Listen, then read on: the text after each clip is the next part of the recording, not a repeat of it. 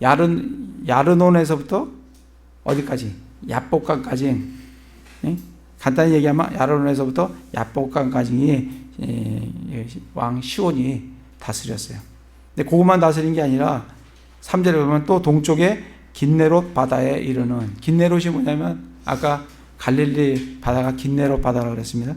바다에 이르는 평야에서부터, 그러니까 아까 긴네롯 바다까지 이렇게 옥이 좀 이렇게 올라갔죠. 이렇게 올라갔죠. 그래서 그 얘기를 하는 겁니다.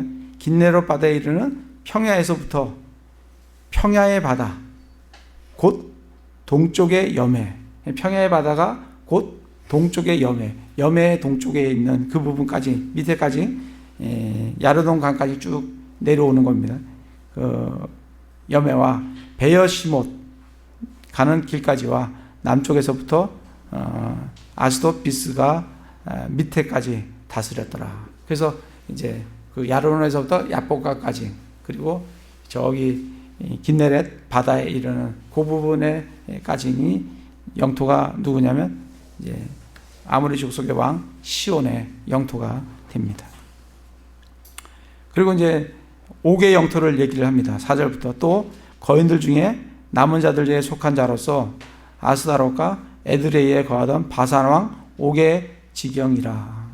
그러면서 그가 구슬 족속과 마아가 족속의 경계에 이르기까지, 구슬 족속이 아까 긴네렛 바다 그 옆에 구슬 족속이 있다 그랬어요. 구슬 족속과 마아가 족속의 경계에 이르기까지 헤르몬 산과 살가와 온 바산에서 통치하였으며, 헤스본 왕 시온의 경계인 길르앗의 절반을 통치하였더라. 그래서 헤스본을 경계로 해서 아래로는 이제 그 시온 땅이고 위로는 옥의 땅이라는 거죠. 근데 옆으로 이제 약간 좀 긴네렛 쪽으로 해갖고 좀 이렇게 좁빗하게 그 부분은 이제 밑에 그 시온의 땅이었다. 지금 그렇게 얘기를 해주고 있는 겁니다. 그래서 그 부분들을 지도를 함께 참조하면서 이거 읽으시면 안 나온 지명들도 있긴 한데 크게 어려움 없이 이 땅이구나 하는 것을 알 수가 있습니다. 그래서 그 얘기를 하면서 6절에 주의종 모세와 이스라엘 자손이 그들을 치고, 그래서 이 땅은 지금 여호수아 전쟁 때 얻은 땅이 아니라 모세가 요르단강을 건너기 전에 그런 얻은 땅이에요. 그래서 그 땅을 얻어서 그 땅을 누구에게 줬냐면 므낫세 반지파와 그 다음에 갓지파 르우벤 지파에게 준 겁니다. 그래서 6절에 주의종 모세와 이스라엘 자손이 그들을 치고, 주의 종 모세가 그 땅을 르우벤 족속과 갓 족속과 므낫세 반지파에게 소유로 주었더라. 그게 이제 그 전에 일어났던 모세가 정복한 그런 얘기를 지금 하고 있는 겁니다. 7절에 보면 여호수아가 이스라엘 자손이 요르단 이편, 이제 서편을 지금까지는 6절까지는 동편의 얘기를 한 거고, 이제 요르단 서편, 대쪽에 있는 그 서편을 얘기를 하는 겁니다. 7절에 여호수아와 이스라엘 자손이 요르단 이편, 그 서쪽에 있는 레바논 골짜기의 바알갓에서부터, 바알갓이 저 위에 헤르몬 산에 있는 그 위에 있는 부분이 바알갓이라 그랬어요. 그 바알갓에서부터 저기 밑에 세일에 이르는, 세일이 그 에돔에 있는 곳이 세일입니다. 저 밑에 있는 지역이에요. 그 세일에 이르는 한락산까지의 지역을 쳐서 멸한 왕들은 이러하니라. 요거는 이제 여호수아 때 전쟁을 해서 정복한 그런 지역이 되겠습니다. 여호수아가 이 지역을 이스라엘 지파들의 배분에 따라 그들에게 소유로 주었으니, 그래갖고 다 정복을 해서 이제 소유로 나누어 주는데, 이제 두 지파 반은 빼고 나머지 9지파 반에게 나누어 주게 됩니다. 그러면서 9절부터 24절까지는 그 정복한 왕들의 이름을 쭉 나열을 합니다. 제일 먼저 하나는 여리고 왕이에요. 제일 먼저 여리고를 정복했죠. 하나는 베델 옆에 있는 아이 왕이요. 두 번째는 아이 왕을 쳤습니다. 아이성을 쳤어요. 이게 이제 중앙이죠. 중앙 전투가 되는 거고, 그 다음부터 이제 10절부터는 예루살렘, 헤브론, 야르뭇, 라기스, 에글론, 게셀, 드빌, 게델, 호르마, 아랏, 림나, 아둘람, 막게다, 그리고 베델. 베델은 이제 중앙이 되는 거고, 여기까지. 그래서 중앙은 어디가 돼요? 여리고, 아이, 베델. 이 세 성은 중앙이 되는 거고, 그죠? 그래서 나머지 16절까지 막게다까지는 모두 13개 왕입니다. 13개 왕은 이제 남부 지방이 되겠습니다. 그래서 거기까지 중앙의 세 지역, 그 다음에 밑으로 남부 지방의 13지역 해서 16지역을 16절까지 표시를 하고, 17절부터 답부아서부터 쭉 내려와서 맨 마지막 24절을 보면 디르사 왕이라, 그렇게 된 부분이 이제 모두 15왕 해서 이제 31명의 왕을 이제 그 도시를 정복을 했어요. 족속은 7족속, 왕은 31개 왕을 지금 정복을 했습니다. 지도를 한번 보실까요? 우리 쉬운 지도에 보시면 20페이지를 보실까요? 20페이지에 보면 이제 그 지역이 나와 있어요. 이게 31개의 왕에 있는 도시의 지역이 나와 있습니다. 왼쪽에 보면 점들이, 빨간 점들이 쭉 찍혀 있는 게 이게 31개의 도시들입니다. 이 도시들을 정복을 했어요. 그리고 오른쪽에는 정복하지 못한 땅의 표시가 붉은색으로 나와 있는 부분들을, 그 부분들이 아직 정복되지 않은 그런 곳이다 라고 표시가 되어 있고, 21페이지에는 이제 각 지파별로 이렇게 땅을 차지한 그런 영역을 보여주고 있습니다. 그래서 12장 전체를 우리가 좀 생각을 해보면, 이 땅은 이제 그 12장 6절에 보면 루벤 족속과 갓 족속과 므낫세 반지파에게 준 땅이에요. 근데 이 주겠다는 이 약속은 12장 6절에 그 두 지파 반이 나와 있고, 13장에 보면 13장 7절에 보시면, 그러므로 이제 이 땅을 9지파와 므낫세 반지파에게 나누어 상속재산으로 주라 하고, 나머지 이제 가나안 서편 땅은 9지파 반에게 나누어 주라라고 이제 말씀을 하고 계십니다. 근데 이게 약속이 언제 되어졌냐면, 창세기 한번 가볼까요? 창세기 15장에 보시면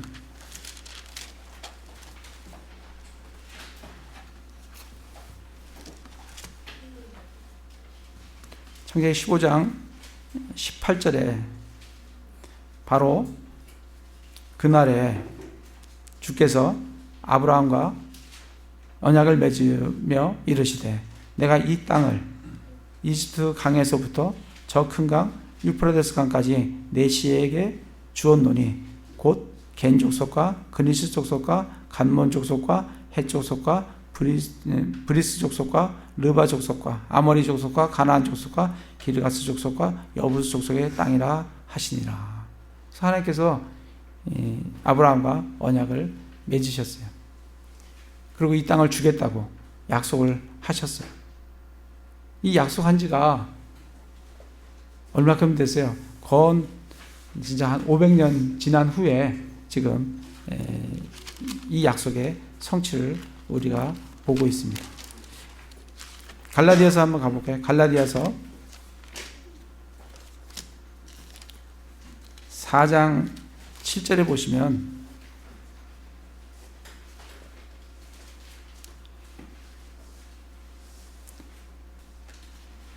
갈라디아서 4장 7절에 보면, 내가 이것을 말하노니 하나님께서 그리스도 안에서 미리 확정하신 그 언약을 창세기 15장에서 하나님께서 약속하신 그 언약을 430년 뒤에 생긴 율법이 취소하지 못하며, 그러니까 율법 전에 430년 전에 언약이 체결이 되었다는 거죠. 그래서 430년이 됐고 율법 주시고 그리고 광야 생활 40년 또 전쟁 6년 그 합치면 430년 440년 더하면 470년 470년 더하기 6년에서 7년 더하면 477년이 됩니다. 그러니까 477년 전에 하나님께서 약속하셨던 그 약속의 성취가 지금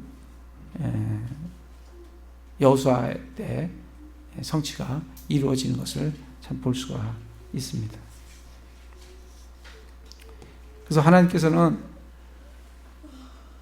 약속하신 것을 그대로 그 약속하셨던 그것을 477년 후에 그대로 그 성취를 이루어 주시는 것을 지금 여호수아에서 그대로 적고 있는 것을 참 볼 수가 있습니다. 그러시면서 이제 13장에 가서는 이제 여호수아가 나이가 많아서 이제 늙었는데 그러나 소유할 땅이 아직 심이 많이 남아 있어요. 그 아직 남은 땅들이 이러하니 하면서 그 남은 땅들을 이제 설명을 해주고 있습니다.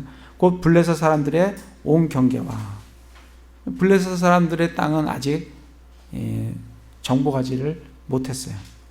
블레셋은 이제 그 대해 옆에 붙어 있죠. 평야 쪽에. 그쪽에 이제 땅을 정복하지 못했고 온 땅과 그리고 그술. 이 그술은 이집트에 있는 그술입니다. 아까 12장 5절에 보시면 그가 그술 족속과 마아가 족속 할 때 그술이 나오잖아요. 그 그술은 저 위에 있는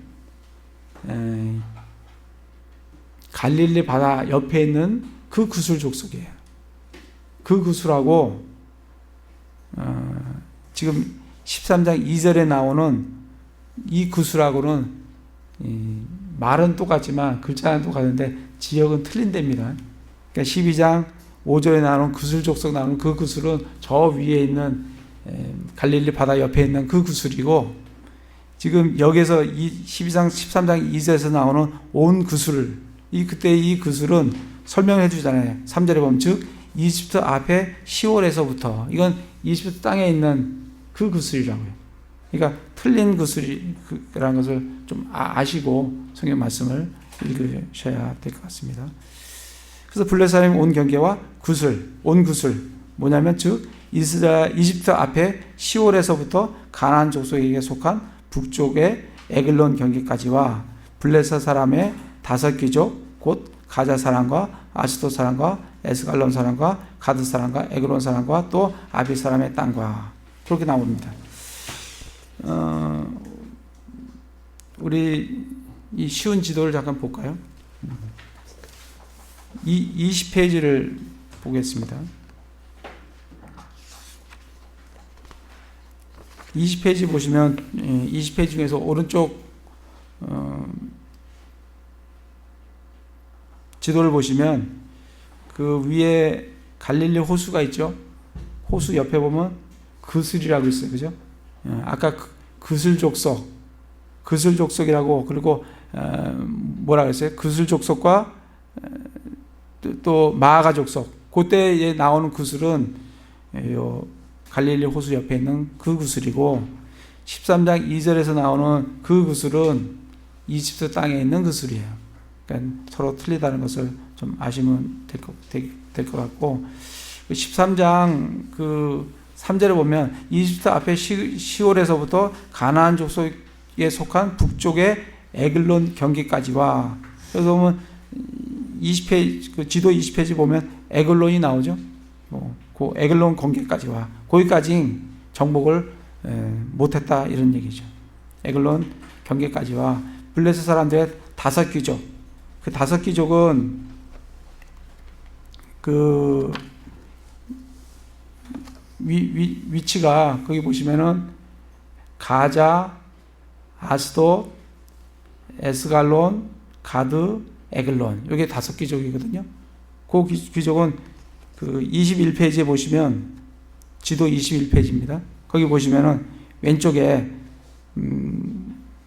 지중해에 붙어 있는 그 아래쪽에 보면 블레셋이라고 나오죠. 블레셋. 거기 보면 이제 나옵니다. 가사도 나오고 아스돗도 나오고 에글론도 나오고, 그렇죠? 다 나오진 않는데 5 지역이 이제 나오게 됩니다. 그 지역을 말하는 거죠. 그래서 거기까지의 땅과 남쪽에서부터는 가나안 족속의 이제 4절입니다. 13장 4절. 남쪽에서부터는 가나안 족속의 온 땅과 시온 사람들의 옆에 무아라와 아모리 족속의 지역인 아벡까지와. 이거 아랫부분 그렇고 윗부분은 쭉 올라가시면 지도 20페이지에 보시면 그 지중해 쪽에 붙어 있는데 보면 그 갈릴리가 있죠. 갈릴리 그 바로 밑에 보면 아벡이라고 있어요. 그죠? 그 아벡까지. 그 윗부분을 또 정복을 못했다는 거예요. 아벡까지와 5절에 보면 또 그발 족속의 땅과 해 뜨는 쪽에 온 레바논 곧 헤르몬산 밑에 바알갓에서부터 하맛 이쁘게까지와. 아까 바알갓은 지도 20페이지 두 번째 지도에 보면 헤르몬산 위에 보면 바알갓이라고 있죠. 바알갓. 그 바알갓에서부터 이 하맛은 어디냐면 지도 34페이지 보겠습니다. 지도 34페이지 보시면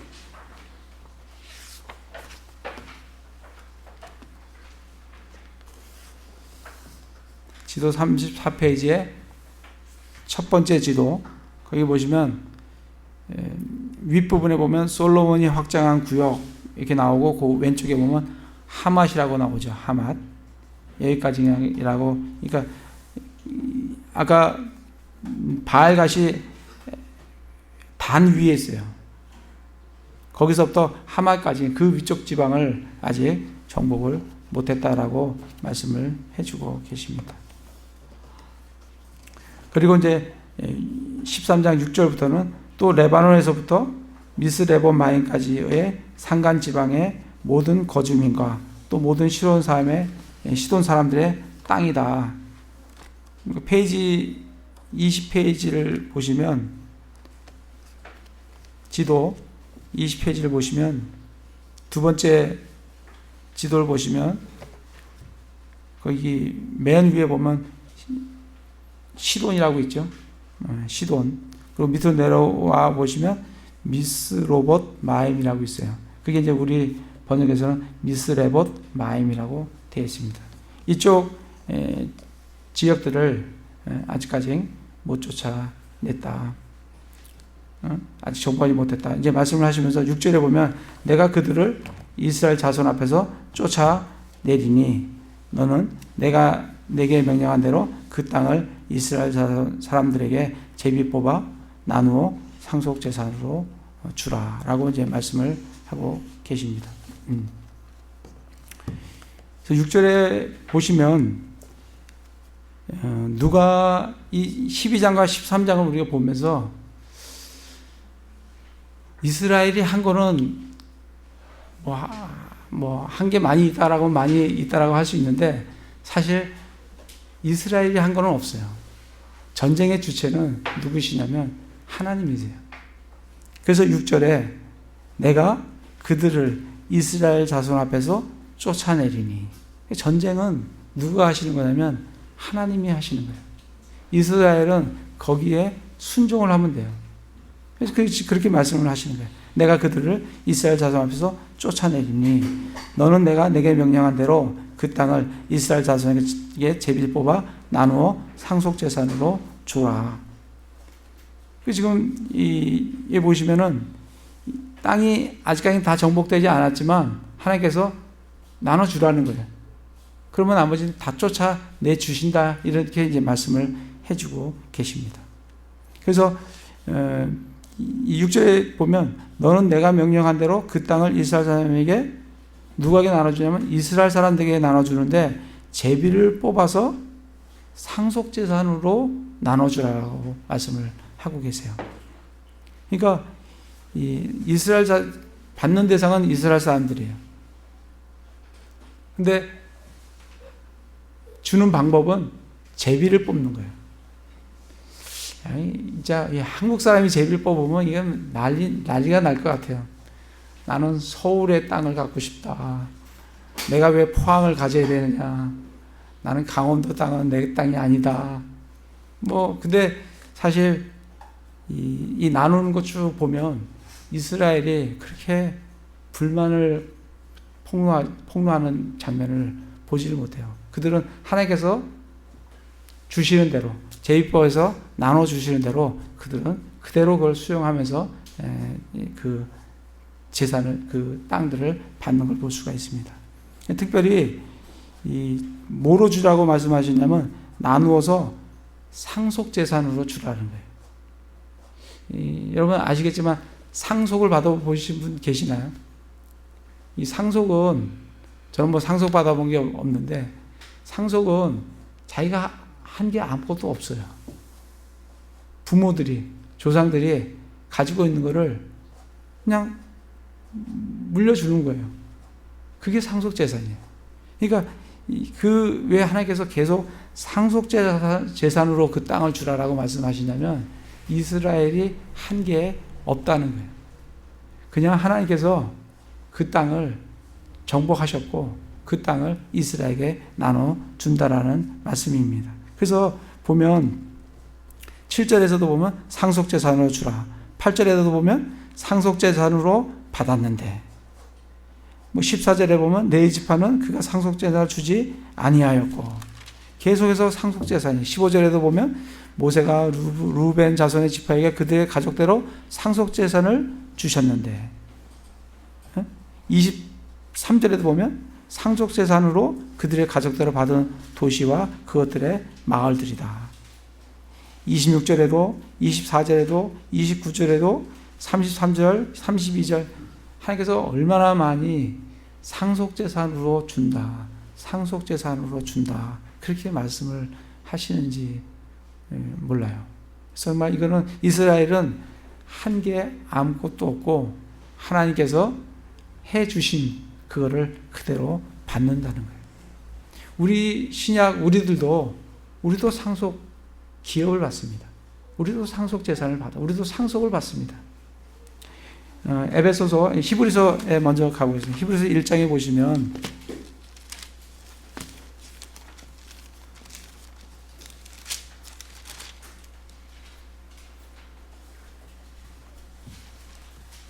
히브리서 1장 2절에 보시면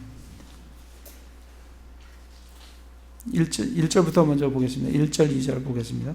지나간 때에는 여러 시대의 다양한 방식으로 대언자들을 통하여 조상들에게 말씀하신 하나님께서 대언자들을 통해서 구약시대에 말씀을 하셨어요.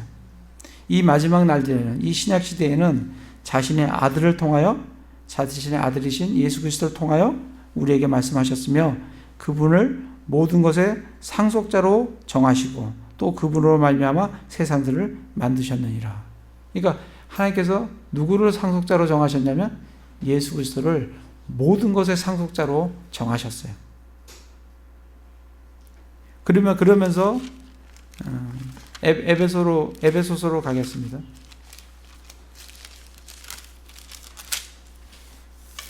에베소서 1장에 보시면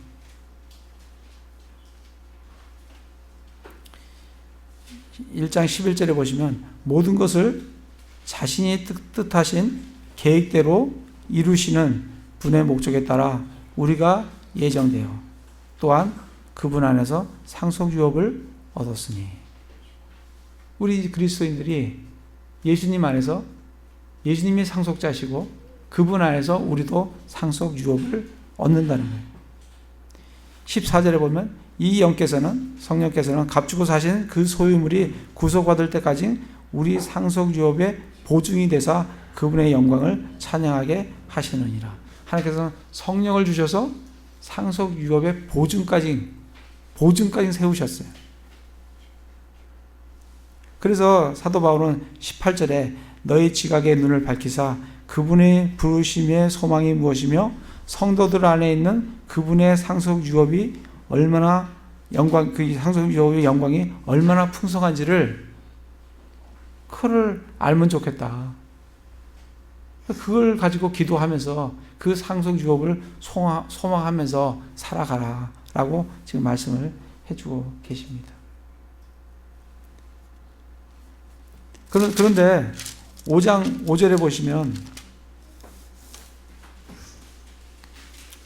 상속 유업을 못 받는 사람도 있어요. 5장 5절에 보면 너희가 이것을 알거니와 음행을 잃지 않는 자나 부정한 자나 탐욕을 부리는 자 곧 우상 숭배자는 결코 그리스도와 하나님의 왕국에서 아무 상속 유업도 받지 못하느니라. 그리스도인이지만 여전히 이 세상에서 탐욕을 부리면서 음행을 하면서 살아가는 그런 사람들에게는 하나님께서는 상속 유업이 없다는 거예요. 그래서 정말 우리가 상속 유업을 정말 많이 받기를 원하시면 로마서 8장을 가보겠습니다. 로마서 8장에 보시면 정말 그 하나님께 예수 그리스도께서 모든 것의 상속자신데 그분 안에서 우리가 상속 유업을 받는데 우리가 그 상속을 풍성히 받기 위해서는 8장 17절에 보면 자녀이면 상속자 곧 하나님의 상속자요 그리스도와 함께하는 공동 상속자니라. 우리가 그리스도와 함께하는 공동 상속자예요. 우리가 그분과 함께 고난 당하면 이것은 우리가 함께 영광도 받으려 함이라. 내가 이 땅에서 구원이 아닙니다. 구원은 선물로 받아요. 예수 그리스도를 믿음으로 선물을 받아요. 그러나 상속 유업은 사람마다 차이가 있어요. 우리가 상속 유업을 받기 위해서는 이 땅에서 예수 그리스도를 위해서 내가 어떠한 삶을 살았느냐에 따라서 상속 유업이 결정이 돼요. 공평한 것 같습니까? 예, 이건 공평한 거예요. 이 땅에서 평등을 원하시면 안 돼요. 하나님은 평등하기도 하시지만 공평하세요. 분명히 하나님께서 약속하신 대로 이 땅에서 주를 위해서 내가 고난을 받으면 영광도 그만큼 크다는 거예요. 그러니까 내가 이 땅에서 주님을 위해서 어떠한 삶을 살았냐에 따라서 내 상속 유업이 틀려진다는 거예요. 예수님이 상속자시기 때문에 그분과 함께 내가 공동 상속자이기 때문에. 그러니까 우리가 지금 얼마 남지 않은 우리 생애에 우리의 이 주어진 이 땅에서의 삶이 굉장히 중요해요. 나의 뭘 결정하는 거냐면 나의 상속 유업을 결정하는 시간이에요. 내가 주님을 위해서 어떠한 삶을 사느냐에 따라서 자기를 위해서, 자기 쾌락을 위해서, 자기 만족을 위해서, 자기 탐욕을 위해서 살아가는 사람은 상속 유업이 없어요. 구원이 없는 게 아니라 구원은 받아요. 그러나 불 가운데서 받는 구원을, 불 가운데서 받는 것 같은 구원을 받는다. 구원은 받지만 상속 유업은 다 없는, 태워져 버린 그런 상속 유업을 받는다는 거예요. 지금 오늘 여호수아에서 이들의 땅을 상속으로 지금 받고 있잖아요. 상속 재산을 받지 않습니까? 이게 그림자라고요. 구약은 그림자예요. 실제로 우리가 나중에 하늘 왕국에 가서 예수 그리스도 앞에서, 예수 그리스도 심판석 앞에서 심판을 받고, 그리고 우리에게 각각 주어진 상속 유업들을, 기업들을 우리가 받게 될 거라는 것을 이 말씀을 통해서 우리에게 보여주고 계십니다. 그러면서 8절부터는 이제 요르단 동쪽에서 나누어 준 땅에 대한 이제 그 분배를 하게 됩니다. 그쪽 땅은 므낫세 반지파와 르우벤 족속과 갓 족속에게 상속 재산으로 받았다. 모세로부터 자기들의 상속 재산으로 받았다. 그렇게 이제 얘기를 하면서 9절부터 보면 곧 야르논 강둑에 있는 아로엘에서부터 강의 중간에 있는 도시와 디본까지 이르는 메드마의 온 평야와, 그래서 지금 이 전체 요르단 동쪽에서 얻은 땅이 얼마큼인가를 지금 8절부터 13절까지는 얘기를 해주고 있는 겁니다. 그래서 어디서부터 하냐면 9절에 보면 아르논 강에서부터, 그 다음에 올라가면서 메드마의 온 평야와 헤스본이 아까 어디라고 했죠? 헤스본이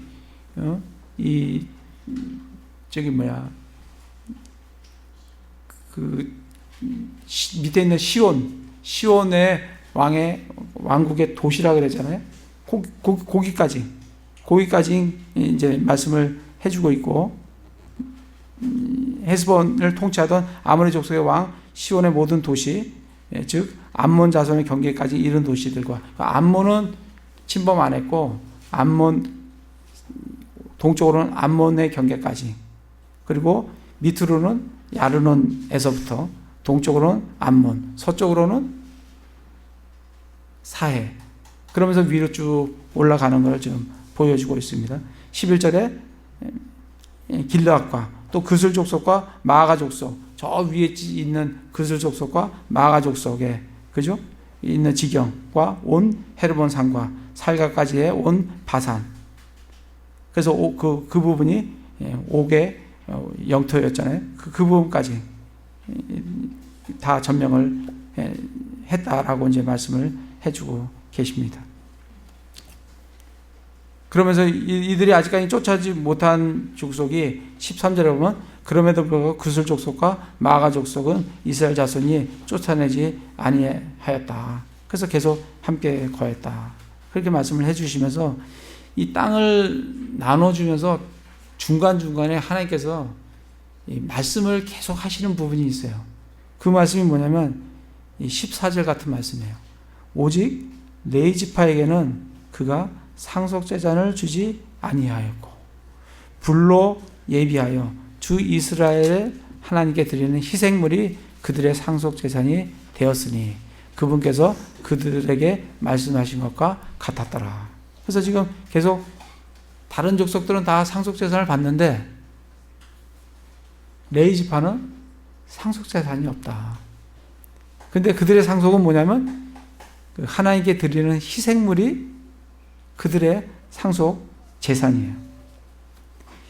13장 33절에 보면 또 동일한 말씀이 나와요. 오직 레위 지파에게는 모세가 아무 상속 재산도 주지 아니하였으니 주 이스라엘 하나님께서 그들에게 말씀하신 것과 같이 그분께서 그들의 상속 재산이셨더라. 희생물이 상속 재산이었다. 그렇게 말씀하시면서 33절에서는 그분께서 그들의 상속 재산이었다. 그렇게 이제 말씀을 해주고 계십니다. 18장 가보겠습니다. 18장 7절에 보면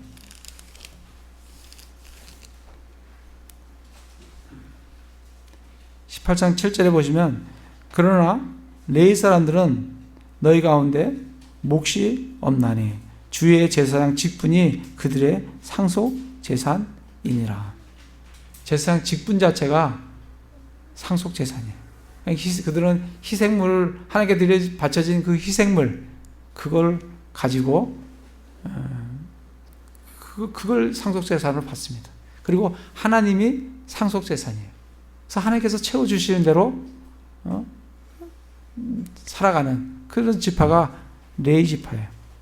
그리고 그 제사장 직분 자체가 상속 재산입니다. 21장을 가보겠습니다. 21장 3절에 보시면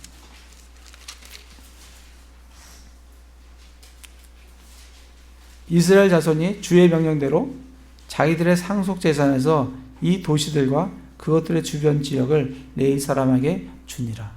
누가 채워주냐면 하나님께서 다른 지파들로 하여금 레위 지파의 필요를 채우도록 그렇게 명령을 하셔서 레위 지파들은 직접 상속재산을 받은 것은 없는데 다른 지파들이 그들에게 도시들을 주어서 거기서 거하게 됩니다. 우리 그 지도를 한번 볼까요? 지도 22페이지 보시면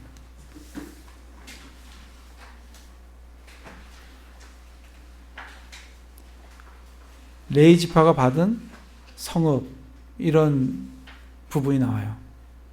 이게 모두 48개의 성을 받았어요. 그래서 각 지파별로 받은 땅들 중에서 그 중에서 여기에 적혀 있는 이 도시들은 레위 지파를 위해서 내어놓는 거예요. 레위 지파가 그걸 가지고 그들의 삶을 살 수 있도록. 그리고 거기 보면 또 빨간 점들이 있잖아요. 빨간 점들이 6개, 동편에 3개, 그다음에 서편에 3개. 그게 이제 도피성입니다. 도피성을 지정해서 거기서 제사장들이 그 도피성에 거할 수 있도록. 그리고 다른 범죄자들, 고의로 죽인 게 아니고 실수로 그런 자들은 이곳에 와서 형을 면하게 되도록 그런 지역까지 해서 모두 48개의 성들을 레위 지파는 그 다른 지파로부터 받게 됩니다. 그래서 이제 그 이후로 뒤 땅에 대해서는 루벤, 갓, 므낫세 반지파 그 어떤 영역들은 한번 지도를 보시고 어떻게 루벤이 어떤 땅을 받았는지, 그리고 갓은 어떤 땅을 받았는지, 그리고 므낫세 반지파는 어떤 땅을 받았는지 그걸 좀 살펴보시기 바랍니다. 그래서 오늘 정말 이 12장 13장을 보면서 12장에서는 하나님께서는 약속하신 것을 반드시 이루시는, 성경에 나와 있는 어떤 그 약속들은 반드시 하나님께서 이루신다는 것을 우리에게 보여주시는 것이 실증으로 477년 전에 됐던 그 약속이 지금 이 여호수아 때 그대로 이루어진다는 걸 보여주시는 거고, 13장에서는 그 땅을 상속재산으로 주셨다는 것. 그래서 정말 이 상속재산은 이스라엘이 아무 한 것이 없는데 하나님께서 그들에게 상속재산으로 그들에게 나눠 주듯이 우리도 이 땅에서 주님을 위해서 우리가 살게 되면 그것에 따라서 하늘에 있는 하늘 왕국에서 우리가 상속유업을 우리도 받게 된다는 것을 보여주는 그러한 말씀입니다.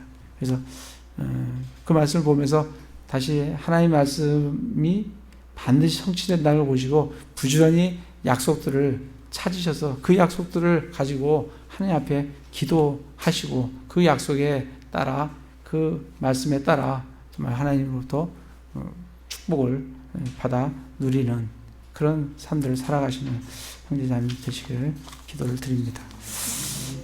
제가 기도하겠습니다.